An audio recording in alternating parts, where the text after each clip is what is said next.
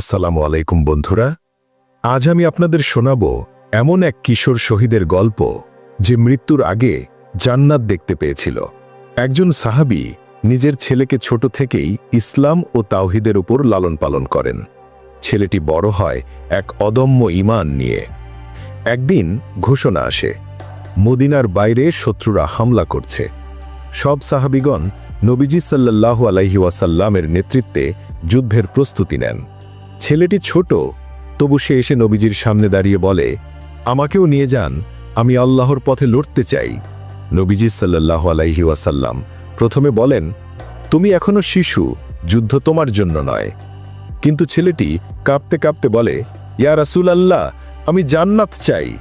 নবীজি সাল্লাল্লাহু আলাইহি ওয়াসাল্লাম তার চোখের জল মুছে দিয়ে বলেন, আচ্ছা যাও, আজ তুমি আল্লাহর সৈনিক। যুদ্ধ শুরু হয়। ছেলেটি এমন সাহসিকতা দেখায় যে বড় বড় সাহাবীরাও অবাক হয়ে যান। শেষ মুহূর্তে সে এক কাফিরের হাতে আহত হয় এবং শহীদ হয়। সবাই যখন শহীদদের লাশ খুঁজছে, নবীজি তখন বলেন, তোমরা জানো কি আমি ওকে জান্নাতের দরজার সামনে দেখেছি? সে হাসছিল, যেন জান্নাত তাকে ডেকে নিচ্ছে। বন্ধুরা, একটি শিশু যে জান্নাতকে এত চায়, আল্লাহ তাকেও জান্নাত দেখিয়ে দেন। আমাদের ঈমান কি সেই ছেলেটির মতো? আমরা কি জান্নাতের জন্য কাঁদি? কমেন্টে লিখুন, আমি জান্নাত চাই।